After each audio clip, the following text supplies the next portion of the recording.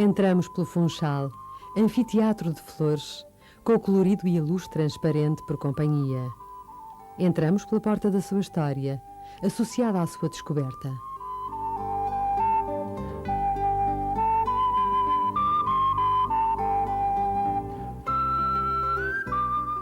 Segundo Camões, Vênus teria ajeitado todas as outras ilhas que lhe foram consagradas se tivesse tido a aventura de conhecer a Ilha da Madeira.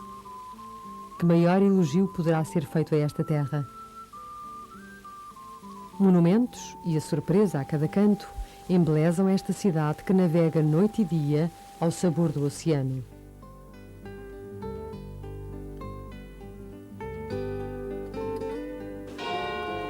A Sé foi mandada construir por Dom Manuel.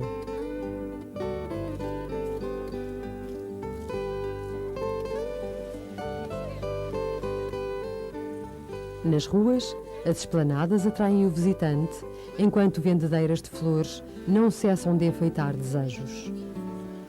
São ramos e mais ramos, sempre primorosamente decorados. São os irresistíveis antúrios, são as orquídeas, são as estrelícias.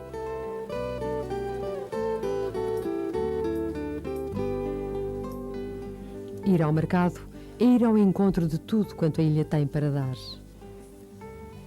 É um espaço onde se pode vir apenas pelo prazer de deixar a vista pairar sobre as cores e sabores que os cheiros deixam adivinhar.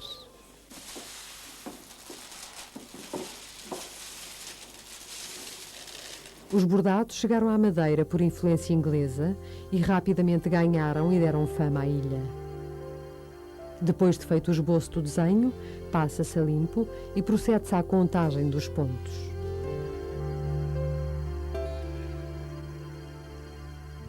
Em seguida, é cuidadosamente picotado por mãos hábeis e experimentadas.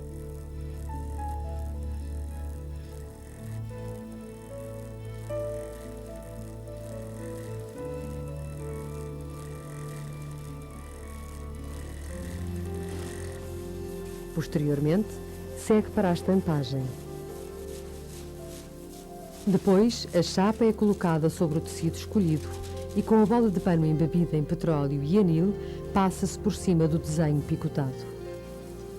Assim se marca o tecido. Em seguida, o desenho é executado pelas bordadeiras que vamos encontrar em Câmara de Lobos.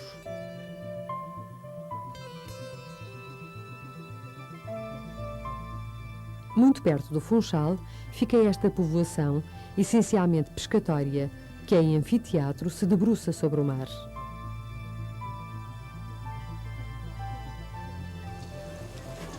Foi por uma destas grutas abertas sobre o mar que entrou João Gonçalves Zarco, após a descoberta da Madeira. Aqui terá encontrado lobos marinhos que lhe fizeram companhia. Aqui descansou e arranjou residência. Passou a chamar-se João Gonçalves de Câmara de Lobos. As bordadeiras ajudam ao orçamento caseiro com o constante bailar da agulha. Desenham um rendilhado feito de ponto-sombra, caseado ou richelieu, conforme o modelo exija.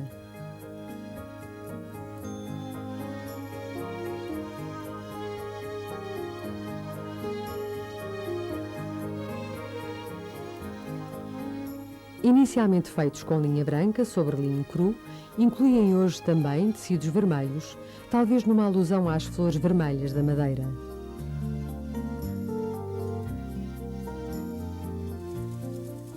A aquisição da Quinta do Bom Sucesso para sede do Jardim Botânico, em 1960, tornou possível um projeto datado do século XVIII. Possui este jardim importantes exemplares da laurisilva madeirense e uma coleção de plantas vindas de todo o mundo. Mais de 2.000 espécies aqui podem ser estudadas. Um dos seus objetivos é a conservação de espécies ameaçadas. Bastante perto deste jardim, outras surpresas nos esperam. É o Jardim das Orquídeas, a autêntica maravilha que o homem construiu de parceria com a natureza. de todas as cores e das formas mais variadas, desafiam a credibilidade dos nossos olhos, tornando-se quase irreais.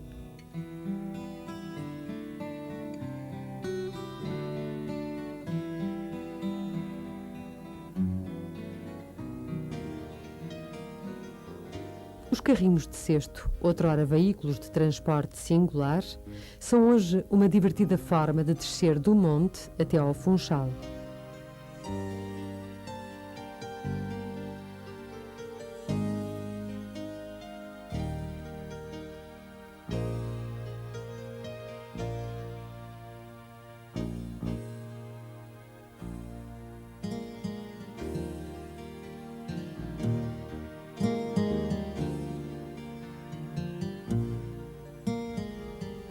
Mas não se pode descer sem visitar estes grandiosos jardins, onde a vontade e o engenho de um homem instalou a sede da sua fundação, a Fundação Berardo. Entra-se pelo caminho do monte e imediatamente se é envolvido pelo requinte do convívio discreto da arte com a natureza. São plantas cuidadosamente tratadas, são lagos e cascatas, jardins de fetos e de cicas raras, onde painéis de azulejos e obras de arte nos surpreendem em cada canto.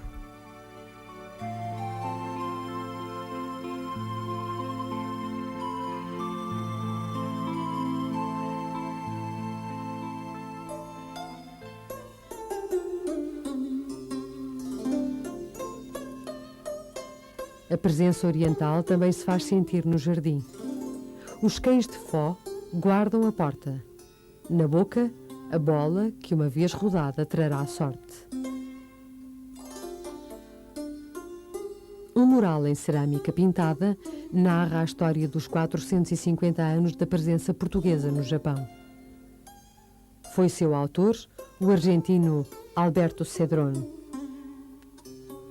São painéis e mais painéis que relatam cenas da história que os portugueses viveram em terras de além-mar.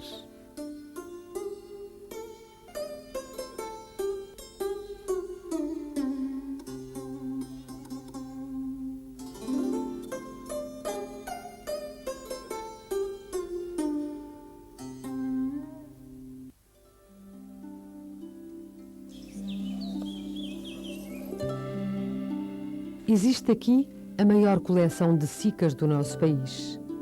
Esta é uma cica feminina com o cone em fase de maturação.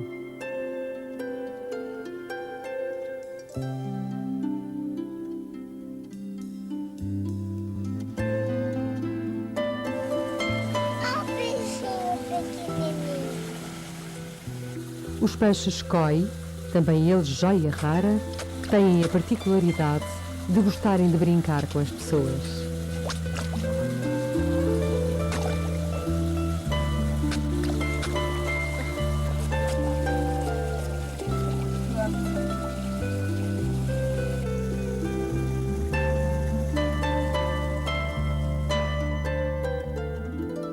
O monumento a Nossa Senhora da Paz e o painel alusivo à lenda marcam outro ponto de paragem.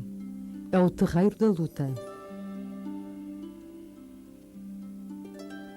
No século passado, chegou uma cadeira em vime a uma quinta da Camacha. Iniciaram-se então estes trabalhos artesanais que hoje se tornaram famosos.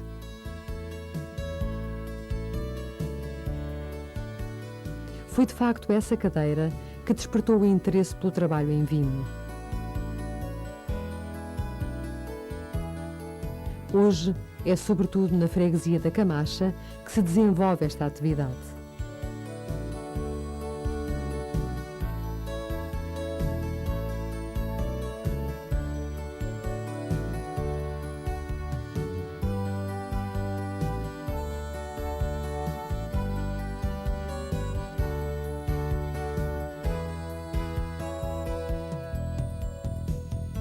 Depois de descascados, os ramos do vimeiro ficam muito flexíveis. São eles que dão alento à imaginação e à habilidade dos artífices.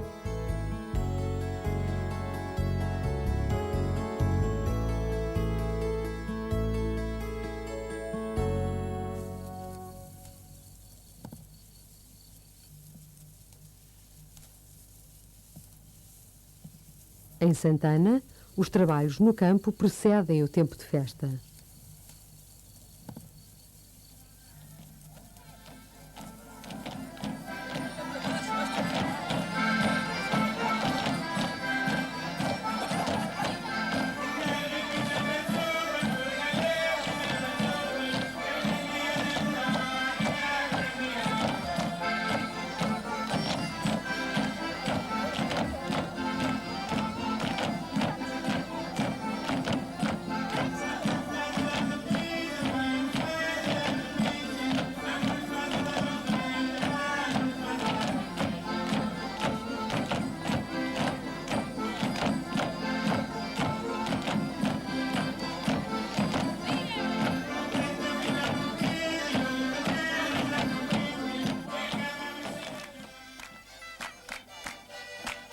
De facto, é em Santana que todos os anos, no mês de julho, se reúnem quase todos os ranchos folclóricos e etnográficos da Madeira.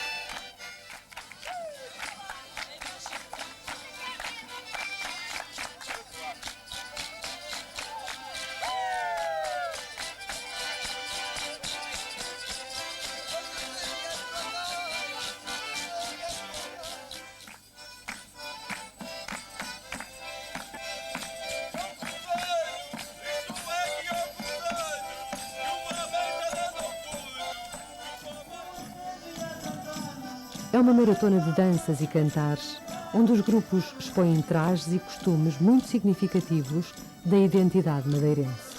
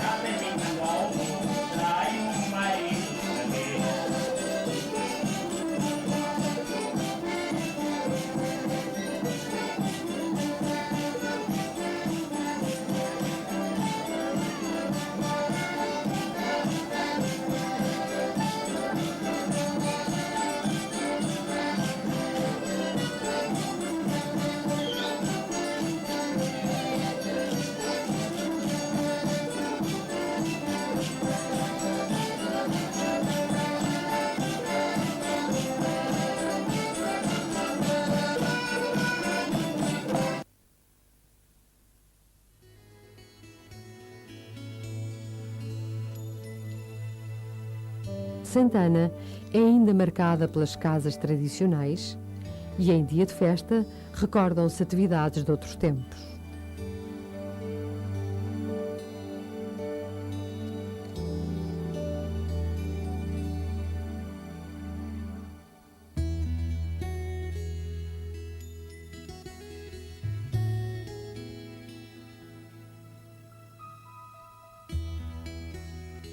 As antigas casas, hoje recuperadas, são locais de visita obrigatória.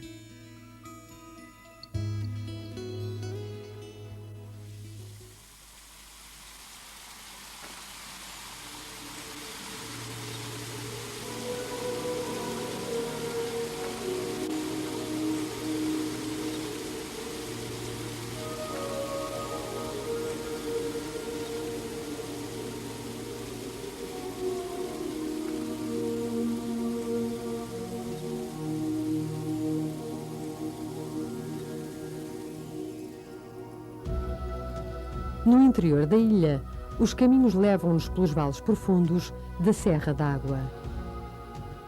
Afogadas no verde escuro da vegetação, as povoações anicham-se no ameno e suave clima destes recantos.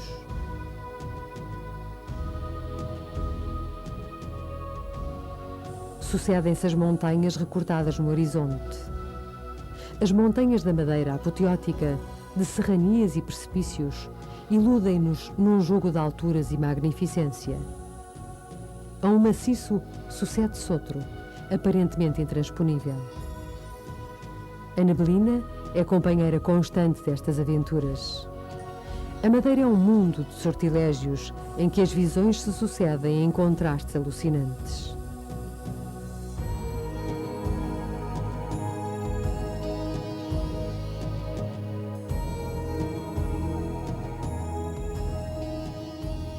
Do doce bucolismo do planalto do Paúlo da Serra, passamos de novo à densa arborização que anuncia água, ribeiros e cascatas.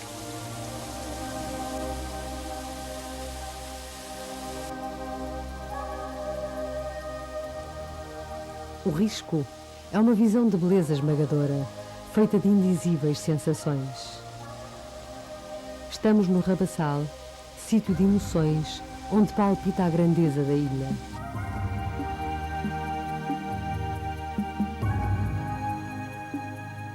Agora é a Madeira dos passeios a pé, das longas caminhadas por veredas elevadas. Aqui, os mistérios desvendam-se entre o silêncio e o verde que só esta natureza nos pode dar. Tudo está preparado para estas caminhadas por cenários amenos e tranquilos.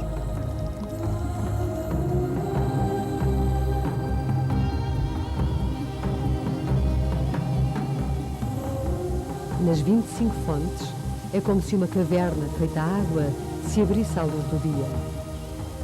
E é no jorrar destas nascentes que se sente a força e a vitalidade da ilha.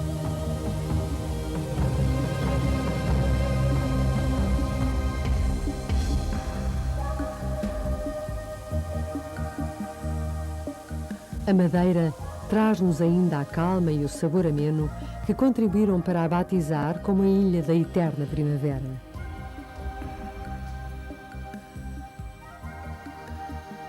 No Parque das Queimadas, encontramos a levada do Caldeirão Verde. É uma das mais belas da ilha.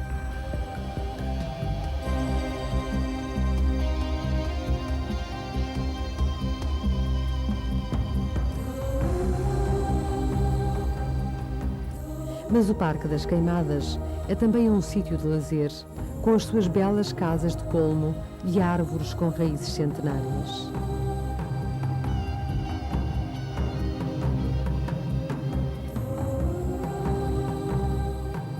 No interior da ilha, o Curral das Freiras é das paisagens mais emocionantes e misteriosas da Madeira. Conta-se que as freiras, assustadas por um forte surto de piratas, aqui se refugiaram. Belo sítio com que o destino as presenteou.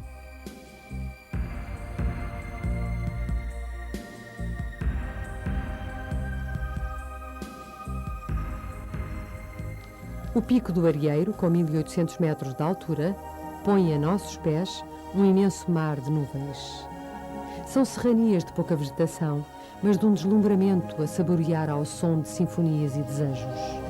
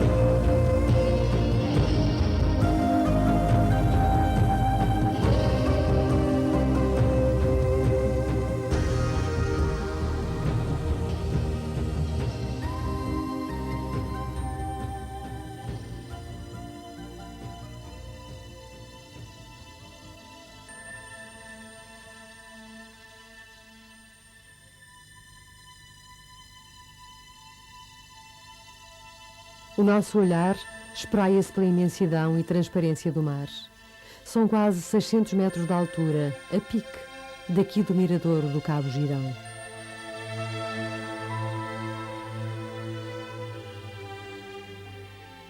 Avista-se a montanha talhada sobre o mar e o porto de Câmara de Lobos.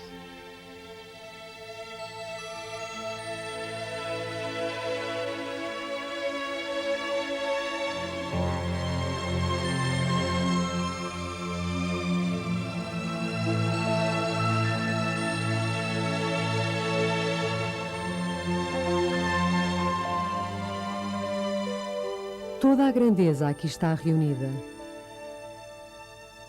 Fixando ainda mais o olhar, vê-se em cada pedaço cultivado o labor, o saber e a tenacidade do homem.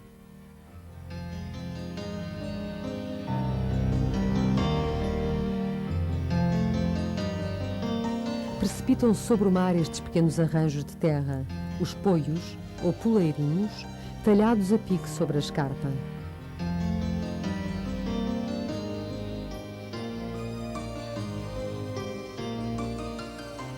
Encosta abaixo, o homem roubou à escarpa a esterilidade da terra. É tão majestoso quanto dramático olhar a beleza construída à custa de tanto suor. Só assim foi possível semear vertentes abruptas. São pequenos palmos de terra cultivada onde não se acredita que se possa chegar. Mas chega-se, e aí se trabalha e se apanha aquilo que a terra dá. E os homens explicam-nos como se constroem estas cascatas de terra debruçadas sobre o mar. A gente temos que levar uma corda para ser 2 homens amarrados, levar a massa e a pedra no balde para a gente conseguir fazer a parede. Foi a começar, depois fomos alteando, fomos fazendo, até fazer estes. Eu devo ter uns 13 anos que fizemos estes.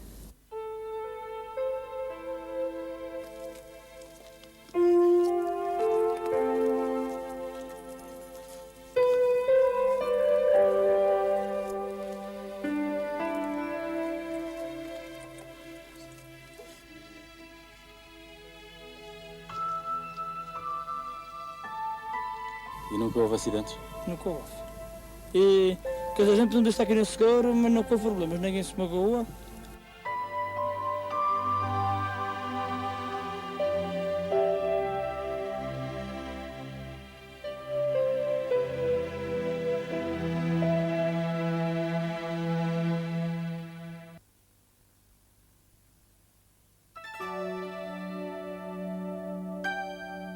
Não é só a cultura da rama, como chamam a batata doce, que se pratica nestes locais. Para além dos produtos hortícolas, há a produção do vinho. A vinha ocupa grandes espaços e, segundo se diz, foi introduzida na Madeira por ordem do infante Dom Henrique. Datam de 1455 as primeiras referências ao vinho e à sua superior qualidade.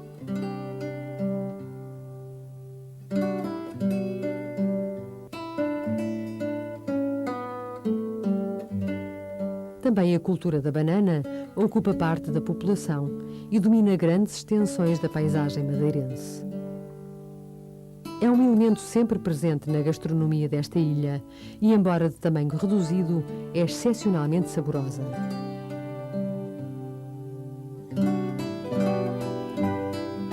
Transportada em pequenas caminhonetas, abastecem sobretudo o mercado local e os restaurantes da ilha.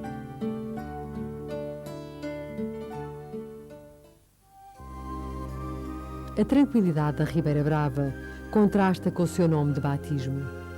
Vem-lhe do facto da ribeira se tornar brava e tão furiosa que arrastava à sua frente casas e haveres. A igreja de São Bento começou por ser uma pequena ermida no século XV. Dessa época ainda se podem ver a belíssima tábua luso-flamenga da Virgem e do patrono, São Bento.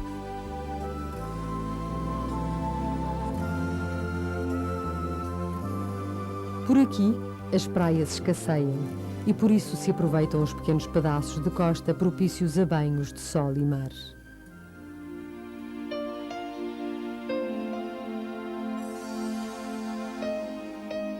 Na Madalena do Mar, demoremo-nos sobre este monumento que glorifica Jesus.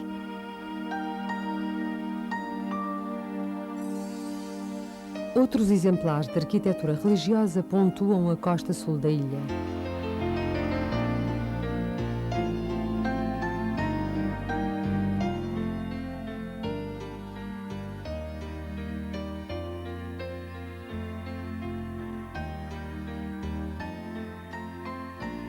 Estamos agora no Paúl do Mar. Especiais devotos de Santo Amaro, os habitantes do Paúl do Mar acreditam que o santo tem força para segurar as temíveis montanhas que os cercam. É tempo de verão e por isso é tempo de férias.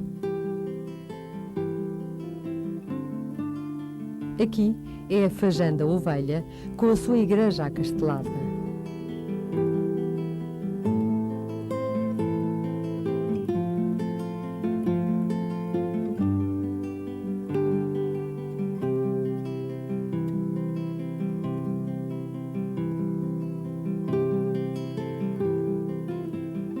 Na ponta do Pargo, um farol protege mareantes dos perigos da costa.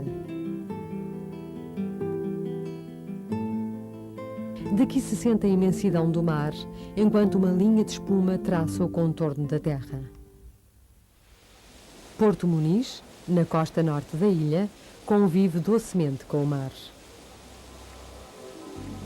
É conhecido pelas suas piscinas naturais de água cristalina e rochas negras.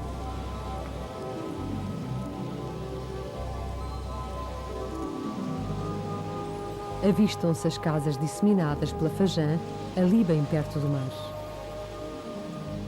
O nome parece ter-lhe vindo do povoador Francisco Muniz. Chegamos ao Seixal, ao véu da noiva. Percorrer esta estrada paralela à costa é das maiores emoções que o visitante pode ter. É a força que emana da montanha, as bicas d'água, a estrada estreita e o mar batendo ali bem perto. A Ribeira da Janela é a maior corrente d'água que atravessa a Madeira. Nasce no Paúl da Serra. Da Portela vamos descobrir a região de Porto da Cruz.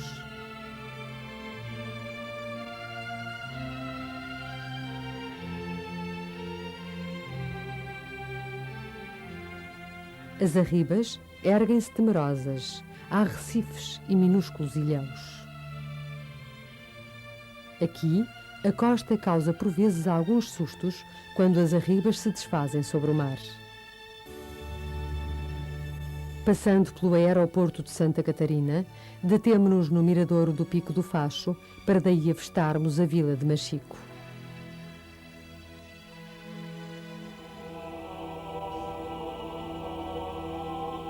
A igreja matriz, hoje reconstruída, tem vestígios góticos e manuelinos. Este portal lateral de colunas de mármore teria sido oferecido por Dom Manuel.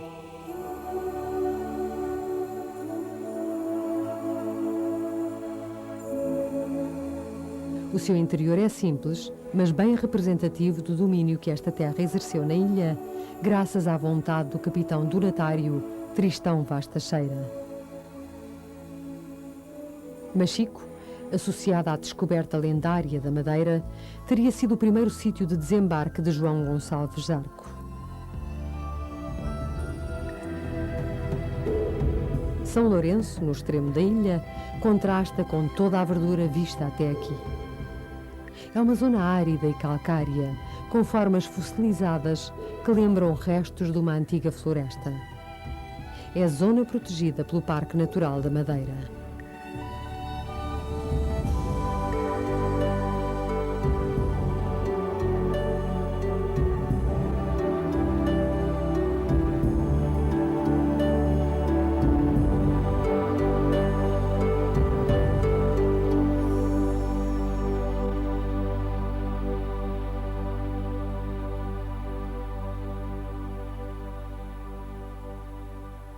Da Ilha da Madeira, partimos para o Porto Santo, 50 km a norte.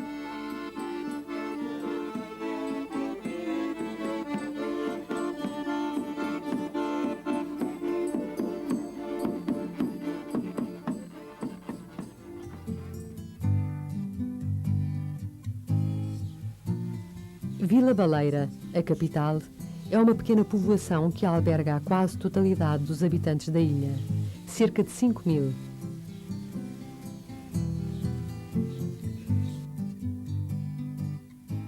Próximo do Largo da Câmara fica a Casa-Museu Cristóvão Colombo. O exterior é um aprazível lugar de contemplação, de paragem ou ainda um caminho para a imaginação percorrer os lugares que Colombo teria pisado.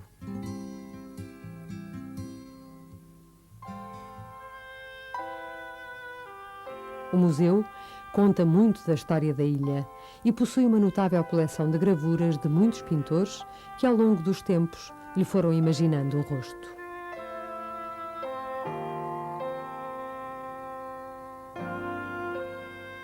A casa, hoje reconstituída, lembra-nos que Colombo casou com Filipa Perestrelo, filha do primeiro capitão donatário da ilha.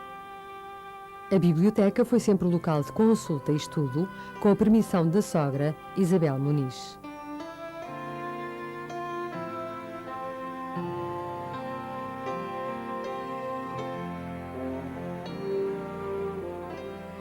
A Casa-Museu é um repositório de memórias do tempo das descobertas, da chegada de Colombo e da sua armada, bem como da ação dos descobridores em novas terras.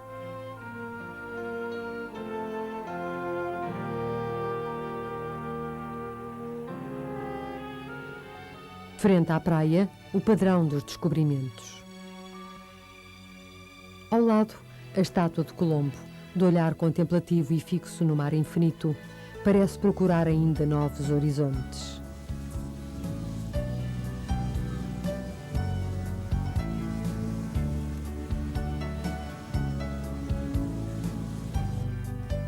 Aqui, neste extenso areal, terá ele estudado os ventos e as marés que o levariam ao Novo Mundo. Observando as correntes marítimas, Colombo concluiu que o Novo Mundo só podia estar ao Ocidente. Não era a Índia, como ele supunha, mas sim terras da América. Hoje, a praia é uma longa faixa de areia banhada pelo mar transparente.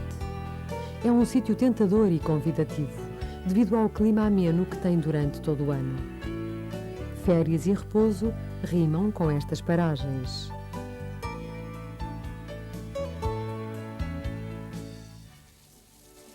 O jardim de Vila Baleira, hoje adornado de palmeiras, estaria muito possivelmente envolvido por dragoeiros que constituíam a flora primitiva da ilha.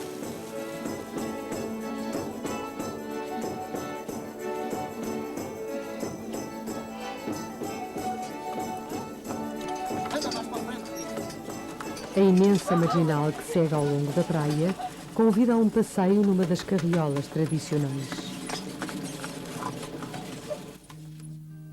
É do Miradouro da Portela que se nos oferece esta vista larga sobre a ilha e sobre o porto, onde chega diariamente o barco que faz a carreira para o Funchal.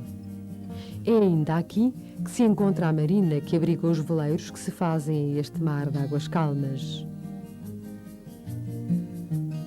Num total de 40 km², a ilha tem a aridez das montanhas que se recortam em tons dourados sobre o mar. A vegetação é escassa e os terrenos secos. Só alguns tanques reservam a água das poucas chuvas que caem. Um leque de tons matiza os picos que abruptamente se atiram até ao alto. Mais acastanhada aqui, mais arroxeada ali, a Serra de Fora desvenda uma flora característica que o olhar atento permite desencantar. De facto, no Porto Santo, o que há é esta magia que apela à tranquilidade, à descoberta lenta deste pequeno espaço de 6 km de largo por 11 de comprido, onde os moinhos tradicionais são hoje apenas recordações.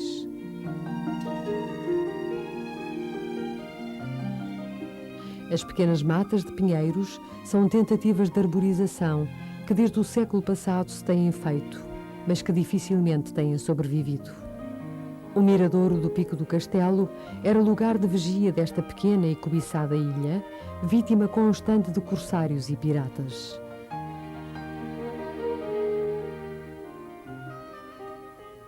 A ermida da Senhora da Graça encerra memórias da vida atribulada dos habitantes da ilha que aí se refugiavam desses invasores.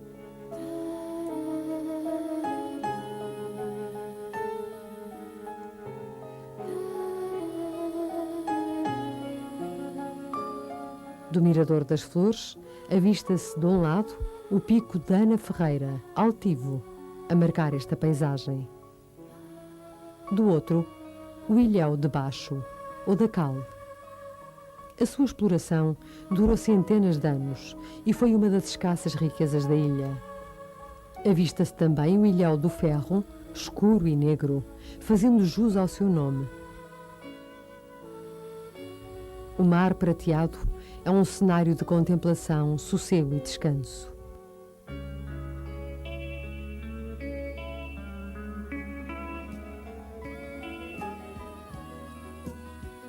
É a memória dos bons momentos que nos leva à fonte da areia.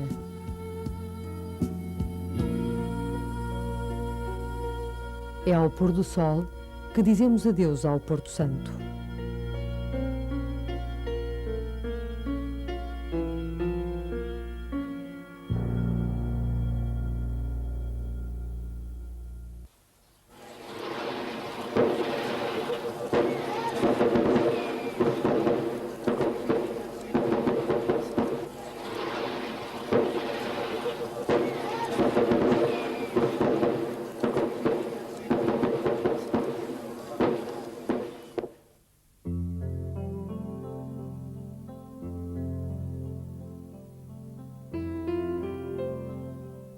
O vinho da Madeira ganhou o estatuto de um dos melhores vinhos do mundo.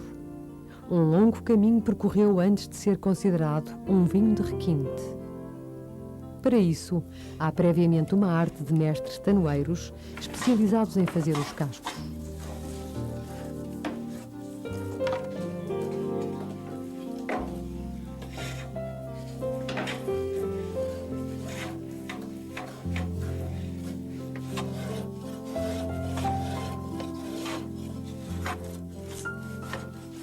Aplaina-se a madeira, trata-se com o fogo para lhe dar durabilidade, sem lhe retirar as características que irão dar sabor ao vinho.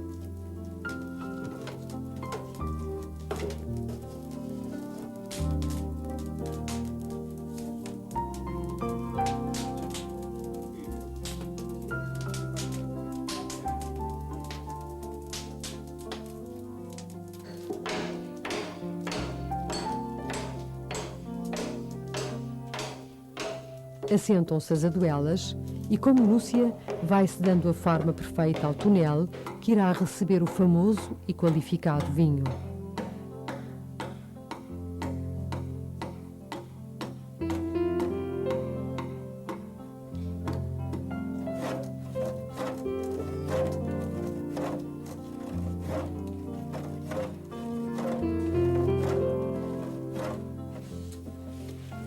As caves de São Francisco são as caves mais antigas do vinho da Madeira.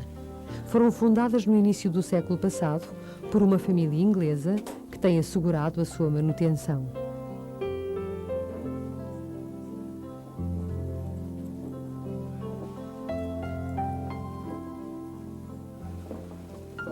Estas adegas ocupam um espaço anexo ao extinto convento de São Francisco. É aqui que o preparado irá envelhecer até se tornar num apetecível aperitivo ou digestivo.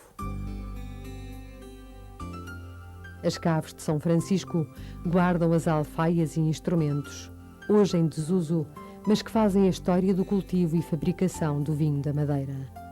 Apontamentos, preciosas notas sobre o estado do vinho e amostras alinhadas segundo o ano de produção constituem um valioso acervo deste pequeno museu. Aqui também se pode saborear o precioso vinho tão cuidadosamente tratado. O cheiro, a cor e o sabor são habilmente apreciados pelos conhecedores.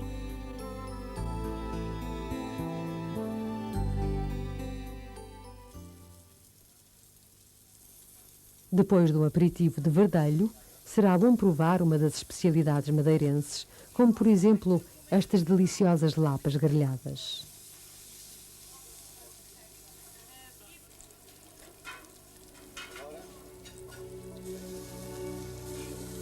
No restaurante Casa da Madeira, Dona Palmira Gouveia fala-nos ainda de outras especialidades da Madeira.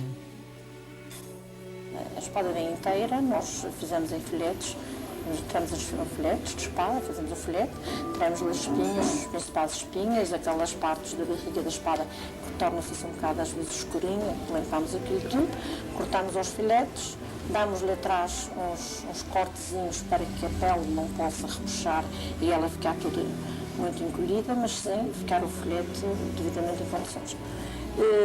É posto depois sal, pimenta, um bocadinho de orégano, um bocadinho de limão, ou vinagre, mas muito pouco. E depois vai a farinha, ao ovo e é feito em óleo fresquinho, feito os filetes de espada. Para mim é um dos peixes melhores que a Madeira tem. Embora tenha muitos outros, mas a filete de espada é coisa que muita gente gosta, o turista gosta, é uma maravilha.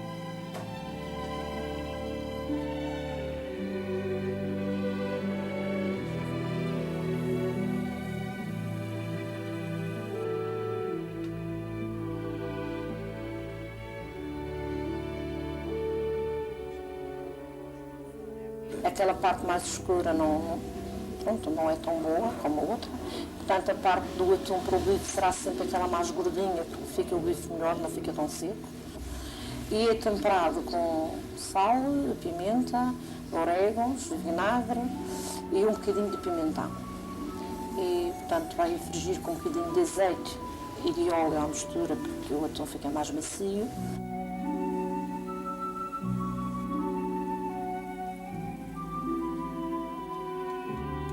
E é servido com milho frito, batata doce e legumes. Assim se dá a conhecer esta gastronomia, onde o atum com milho e batata doce não pode faltar, ou então os filetes de peixe-espada de sabor tropical.